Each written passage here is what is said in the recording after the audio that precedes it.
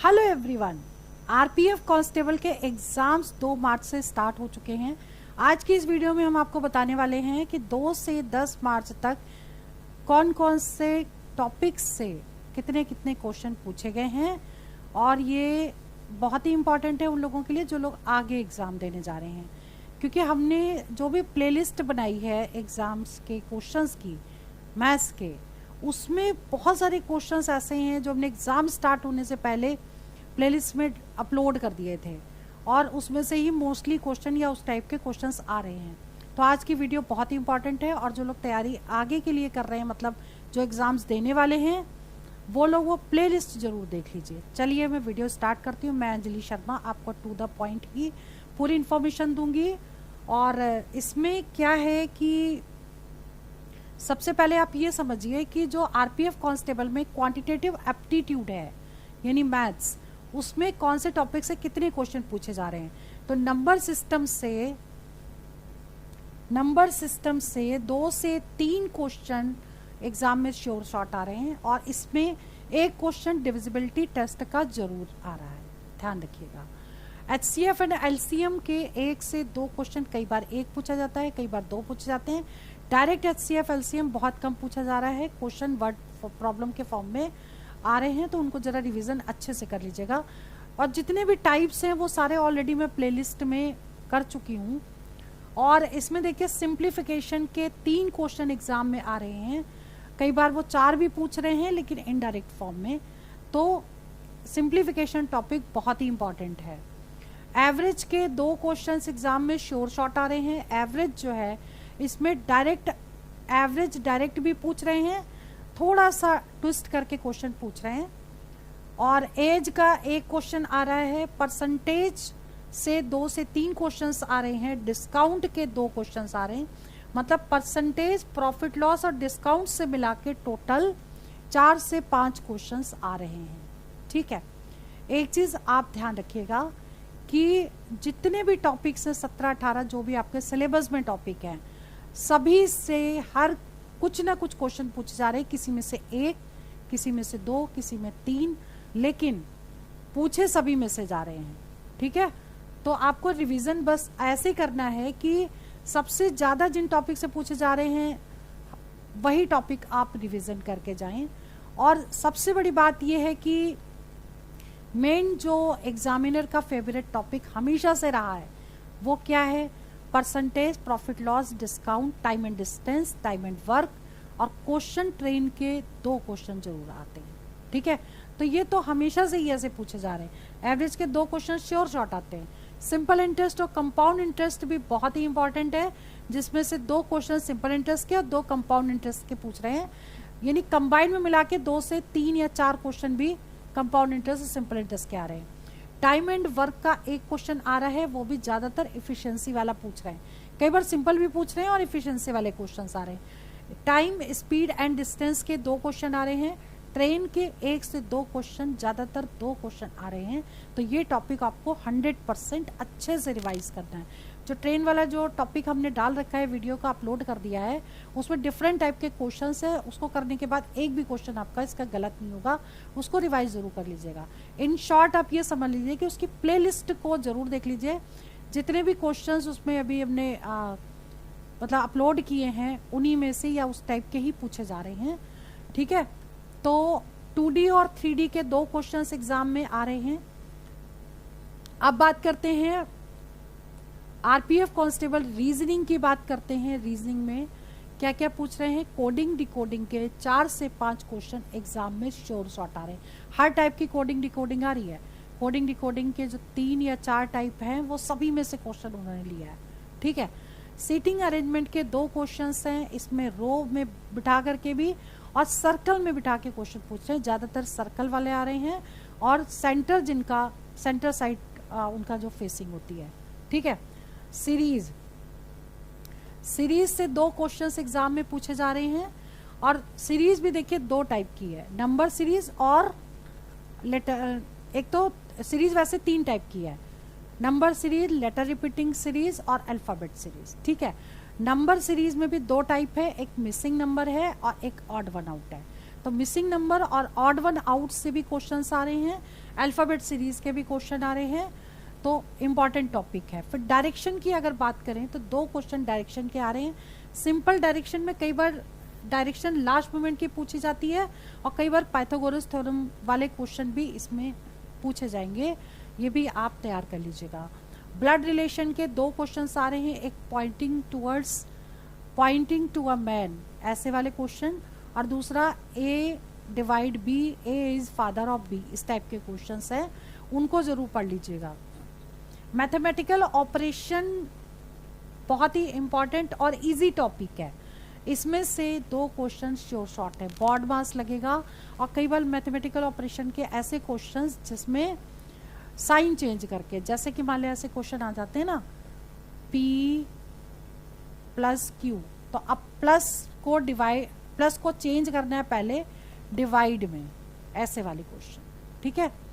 इस तरह के क्वेश्चन और इंटरचेंज वाले भी आ जाते हैं, जैसे नंबर भी दिए हैं तो नंबर को भी इंटरचेंज करना और बॉड मास सिंपल लगाना, वैसे क्वेश्चंस जरूर कर लीजिएगा। एनालॉगी के 2 क्वेश्चंस हैं, बहुत ही इंपॉर्टेंट है। फिर डाइस के 1 से 2 क्वेश्चंस हैं, मोस्ट इंपॉर्टेंट है, ठीक है। और नॉन वर्बल की अगर हम बात करें, नॉन वर्बल में, ये तो वर्बल हो गई, नॉन वर्बल में क्या क्या आ रहा है ये देखिए। नॉन वर्बल में वाटर इमेज और मिरर इमेज, ज्यादातर मिरर इमेज के 2 क्वेश्चन एग्जाम में आ रहे हैं, ठीक है। इसके बाद एनालॉगी के भी, क्लासिफिकेशन,